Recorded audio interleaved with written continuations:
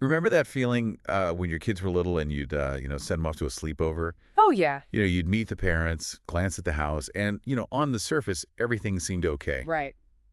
But was there ever like a little part of you, just a sliver of worry? Uh-huh. Like, what if something happened? Absolutely. Like, what if what you didn't know was the real problem? Oh, for sure. Well, this case, it takes those fears and twists them into a whole new light. We're diving into a horrific tragedy in Henrietta, Oklahoma. A seemingly normal, blended family, the kind you see every day, became the scene of an unimaginable crime. Yeah. 7 lives lost, Just awful. including 3 teenagers, It's hard to even fathom. and 2 young friends. They were just there for a sleepover. Wow. So what went wrong? How could something like this happen? And most importantly, what can we learn from it to prevent future tragedies? Okay. That's what we're here to uncover today. Yeah, what's particularly disturbing here is that this wasn't just some random act of violence. This case, it reveals a pattern. There were missed opportunities, systemic failures, and a predator who knew how to manipulate everyone around him. And that's what we're going to unpack today. How this happened and what we can learn from it. Maybe even prevent something like this happening again. It's a story that unfolds in layers. And to understand it, we need to start at the beginning with Holly McFadden and her 3 children, Tiffany, Michael, and Riley. On the surface, they look like any other family living their lives in a small town. Holly had recently married Jesse, who, seemed to be a supportive stepdad. Yeah, that's what's so scary about this. You'd never suspect. Right. But Jesse had a past, a dark secret. He had served 17 years in prison for the violent assault of a 15-year-old girl. And he was released in 2020 under the condition that he would register as a sex offender. And that right there, that should have been a massive red flag. Oh, absolutely. I mean, it raises serious questions about his potential for what we call recidivism, which is basically the likelihood of a convicted criminal to reoffend. And to make matters worse, at the time of the murders, Jesse was facing new charges for inappropriate contact with a minor. Right. And his trial. It was scheduled for the very day the bodies were discovered. So, that suggests a possible motive, right? He's Yeah. facing a return to prison. He could be feeling trapped, desperate to avoid the consequences. And there are these text messages he sent to the victim of his previous crime where he says, "I told you I wouldn't go back." Chilling. Absolutely chilling. I mean, you can just imagine the terror that Ivy Webster and Brittany Brewer must have felt, Tiffany's friends who were there for the sleepover. Their families, they were searching frantically, calls unanswered, and Ivy's location on her phone. It was just switched off. It's every parent's nightmare, right? They had no idea about Jesse's past, no clue about the danger lurking beneath the surface of this seemingly ordinary family. And then the news breaks. 7 bodies found on Jesse's property, all with gunshot wounds to the head, including Jesse himself. It sent shockwaves through the community. And the details from the Surlessly podcast, which we're using as our main source for this deep dive, they're truly horrifying. They describe the bodies being found in 2 separate locations on the property, some even appearing to have been staged. That staging, that's a huge red flag. It really points to the possibility of premeditation. It could mean that Jesse carefully planned these murders. Maybe he was trying to control the narrative or send a message. It's hard to say for sure, but it adds a whole new layer of chilling complexity to this case. And to make it even more disturbing, a notebook. They found a notebook at the crime scene with the names of all 6 victims written inside. It raises so many questions about Jesse's past. Were there other victims? A hidden history of violence? These are questions that need to be answered. We need to understand the full scope of his crimes to prevent something like this from happening again. But let's take a step back for a moment and shift our focus to what happened after the discovery, what the families went through, what they had to endure. The Surlessly podcast really delves into their experiences, and it's heart-wrenching, to say the least. They were allowed onto the property after law enforcement had supposedly cleared it as a crime scene. But what they found there was truly chilling. It's like a scene out of a horror movie. Yeah. They found restraints, bondage devices, drug paraphernalia. It is a house of horrors. And the initial investigation, they seem to have completely missed it all. And that right there, that's where we start to see the cracks in the system, the failures that allowed this tragedy to unfold. The fact that the families were the ones discovering crucial evidence after the police had supposedly searched the property, that's a major red flag. A huge failure on the part of law enforcement. It's hard to even wrap your head around it. These families, already dealing with unimaginable grief, are the ones uncovering the true extent of the horror.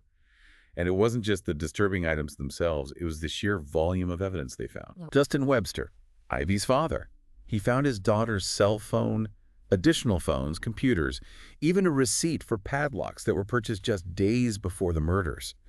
The police somehow missed all of it. It's just unbelievable. This level of oversight, it raises serious questions about the competency of the initial investigation. The families deserve answers. And this kind of negligence, it just amplifies their pain and distrust in the system. And it makes you wonder, if they missed all of that, what else did they overlook? That's a terrifying thought, and it's one that we can't ignore. We need to demand better from those who are supposed to protect us. Absolutely. And then there's the issue of those 90-day check-ins that Jesse was supposed to have as a registered sex offender. Right, and this highlights a crucial flaw in the system. According to the Department of Corrections, those check-ins were primarily just address verifications. They didn't involve searching the home or really assessing the environment where, potential abuse could be happening. It's a superficial measure, just a box to check off on a form. It doesn't address the real risk here. Exactly. It's like checking a car's registration but not looking under the hood to see if there's a bomb. It's just not enough. And to make things even worse, a local news channel conducted their own investigation. And guess what they found? Only one home compliance check was ever done on Jesse. One. And they didn't even search the house. They claimed it was because they didn't have a warrant or permission from Jesse. So they just took his word for it. It seems that way. And it's a shocking revelation. It shows us how easy it is for someone like Jesse to slip through the cracks. The system is designed to monitor, not necessarily to prevent. It's a system that's failing to protect the very people it's meant to safeguard. And to add insult to injury, there was an anonymous tip to the sheriff's office just months before the murders.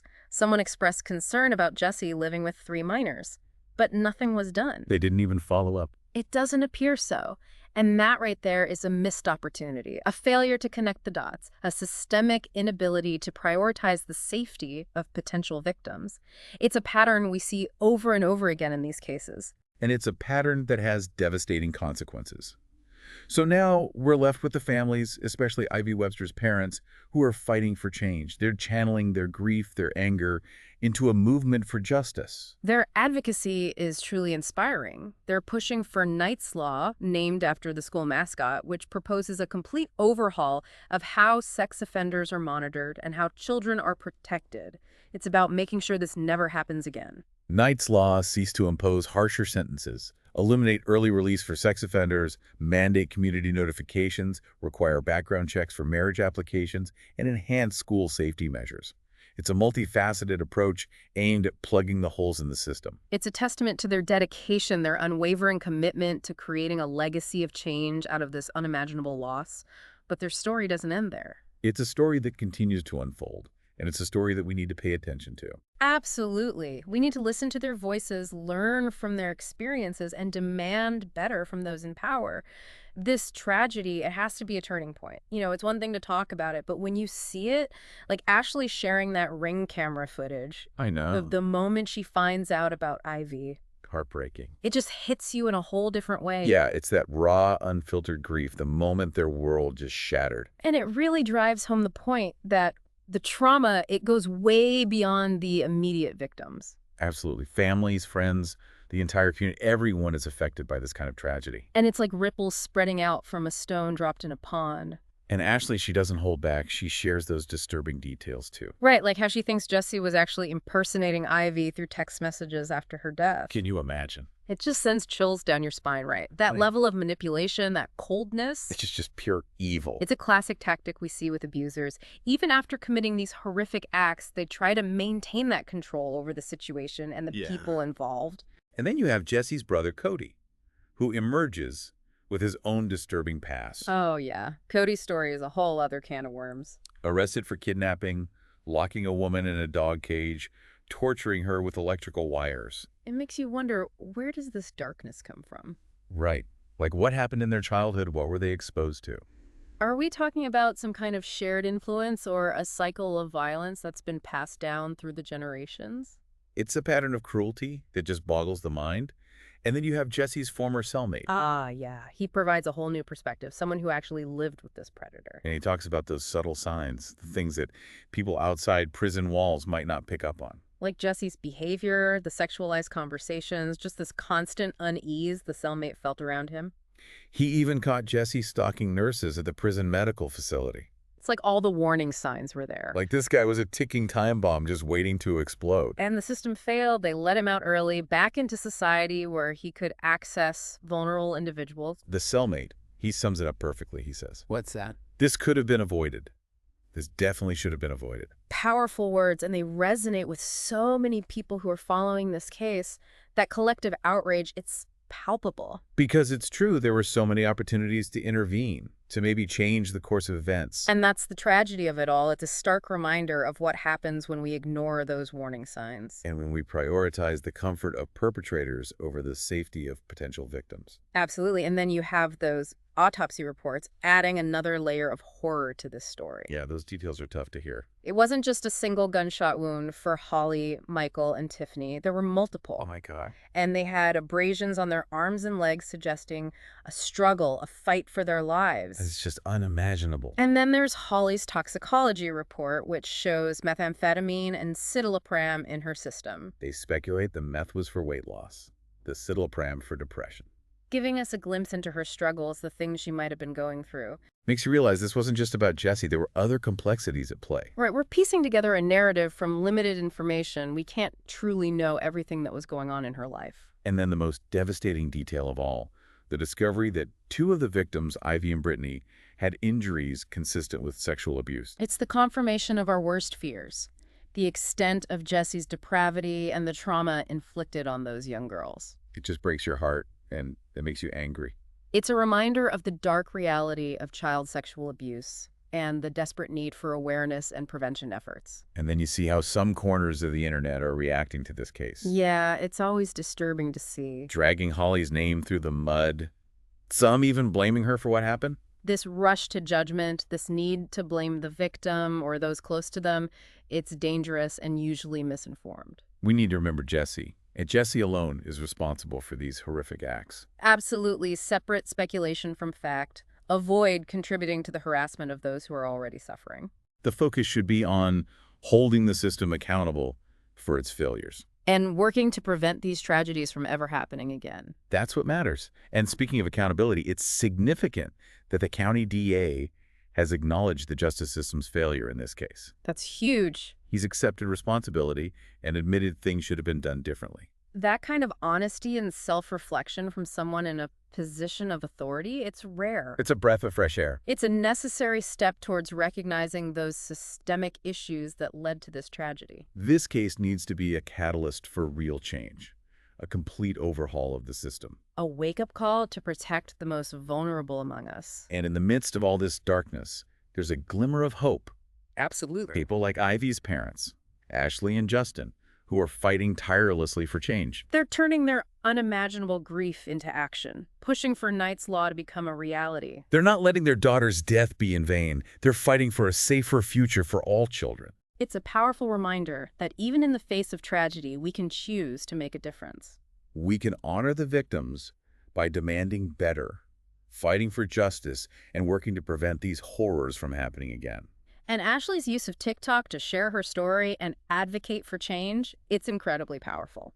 It's a testament to the power of individual voices. She's demonstrating how social media can be a force for good, for education, for community building. By sharing her pain, she's breaking down stigma, fostering dialogue, and mobilizing a movement for change. It's a reminder that even in the darkest times, hope and resilience can emerge, leading to real progress. This case, as horrific as it is, could be a turning point. A turning point in how we address child protection and hold those in power accountable. It's a story that demands to be heard, and Ashley is making sure her daughter's memory lives on. And that her legacy might save other lives. But there's more to unpack here, more layers to this story, more insights to glean from all the information we've gathered. And you know what? It's important to remember, even with these cases, as shocking and horrifying as they are, Yeah.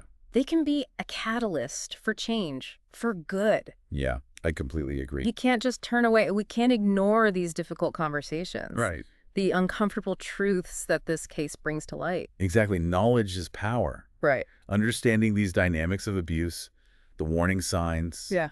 the systemic failures. Yeah. It helps us be better advocates, better protectors, Absolutely. and better neighbors. Right. This case raises so many questions about how we protect children in our communities. It's a wake-up call for all of us. It really is. It highlights the importance of being vigilant, of questioning our assumptions, Right. of not being afraid to speak up if something feels off. Think about your own neighborhood, your own social circles. Right. Do you really know who your children are interacting with? That's a great question. We tend to assume the best in people, especially those in positions of authority. Yeah. But this case shows us appearances can be deceiving. Absolutely. Trusting blindly can have devastating consequences. Right. That gut feeling, that nagging suspicion, it's worth paying attention to. Trust your instincts. Absolutely. If you see something, say something. Yes. Reach out to the authorities, child protective services, advocacy groups. Right. There are resources out there. We just need to be proactive in using them. And let's talk about Knight's Law for a moment. Yeah. This proposed legislation, it's a direct response to the failures that led to this tragedy. Absolutely. It's a comprehensive approach to tackling those systemic issues head on. From harsher sentences to mandatory community notifications, background checks for marriage applications, it's about closing those loopholes. It's about creating a tighter safety net. Yes. And making sure that the well-being of children is always the top priority. It's a huge step in the right direction. It really is. But it needs public support to become a reality. That's where we all come in. Exactly. This case highlights the importance of holding our elected officials accountable. Absolutely. For enacting meaningful reforms, Right. contact your representatives, voice your support for Knight's Law. Demand action. Yes, demand action. This case has exposed a web of failures, systemic failures, individual choices that led to this unimaginable loss. It's heartbreaking. But even in the midst of all that darkness, there's a glimmer of hope. There is. Hope for change, hope for justice, Yes. and a future where children are truly protected. That's what we have to strive for. Absolutely. And that's what Deep Dive is all about. Empowering you with knowledge, encouraging these tough conversations, and inspiring action. Right. What can you do to make your community safer? What are the conversations we need to be having to break the silence around child abuse? Those are the questions we need to be asking ourselves. Don't forget to subscribe for more in-depth discussions on these crucial issues. We'll see you next time. Until then, stay informed, stay engaged. And stay safe.